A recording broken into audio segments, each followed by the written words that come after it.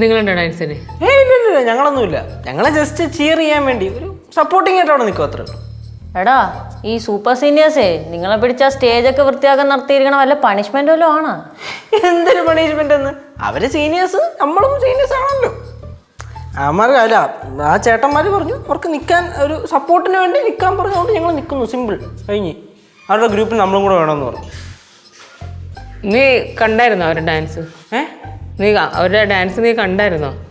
ഞാൻ കണ്ടു പഠിച്ചൊന്നുമില്ല. അവരെ കുറേ അങ്ങനെ നടന്നുകൊണ്ടിരിക്കുക. അമ്മായി എന്തോ? അമ്മായി നാളെ ഫ്രീ ആണ്? ആണ്.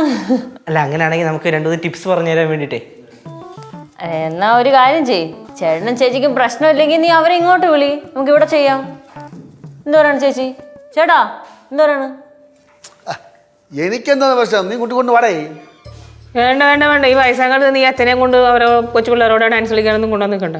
എടാ, ഇന്നാ നിന്റെ കൂട്ടുകാരോട് വന്നപ്പോഴേ അവര് പറയണ് എന്നെ കാണാൻ നിന്നെ പോലെ ഉണ്ടെന്ന്. അത് അളിയനെ കാണാൻ ചെറുപ്പമെന്നല്ല പറഞ്ഞേ, അളിയനെക്കാളിലും പ്രായം ഇവനെ കണ്ടാ തോന്നുന്നു. അങ്ങനെയാണ് ആടാ പറഞ്ഞത്. ഞാൻ പോണു. എന്ത് വെയിലാമ്മ. എവിടെ പോയാണല്ലേ ചു? എന്റെ അമ്മയ്ക്ക് ഇച്ചിരി സമാധാനം കിട്ടുമെന്ന് അറിയാൻ വേണ്ടി പോയതാ.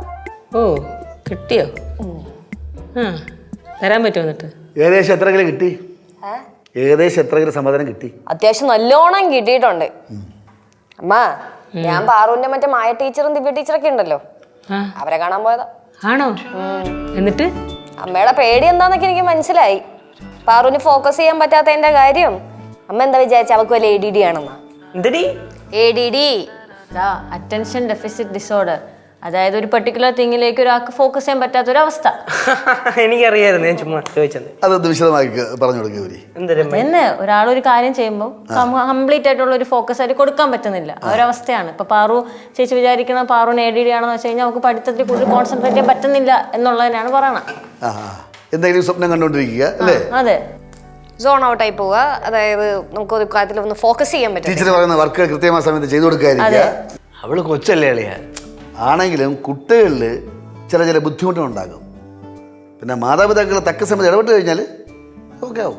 ഇനിയിപ്പോൾ ADD ഉണ്ടെങ്കിൽ തന്നെ അങ്ങനത്തെ കുട്ടികൾക്കൊക്കെ നല്ല അടിപൊളി കഴിവുകളായിരിക്കും. പഠിത്തം മാത്രമല്ലല്ലോ ചേച്ചി ഇൻട്രസ്റ്റ്. കുട്ടികൾക്ക് പിന്നെ പാട്ട്, ഡാൻസ്, അങ്ങനെ ഒരുപാട് കാര്യങ്ങളും ഉണ്ടാവുമല്ലോ. അത് മനസ്സിലാവാനിട്ടൊന്നും അല്ലടാ. ഒരമ്മയുടെ ഉള്ളില് ആദ്യം അതെനിക്ക് ഉണ്ടാവൂലേ? ആദ്യം ഉണ്ടാവണമല്ലോ. അതിൻ്റെ ഒരു സൊല്യൂഷൻ കാണാനല്ലേ ഞാൻ പോയത്. പക്ഷേ ഞാൻ അവിടെ എത്തുന്നതിന് മുന്നേ വേറൊരാൾ ഓടിച്ചാടി അവിടെ എത്തിയായിരുന്നു. മായ ടീച്ചറിനെ കണ്ട് സംസാരിച്ചു, മറ്റേ ടീച്ചർ ഉണ്ടായിരുന്നില്ല, അതുകൊണ്ട് ഫോണിൽ വിളിച്ച് സംസാരിച്ചു എന്നാണ് പറഞ്ഞത്. അല്ല അച്ഛാ?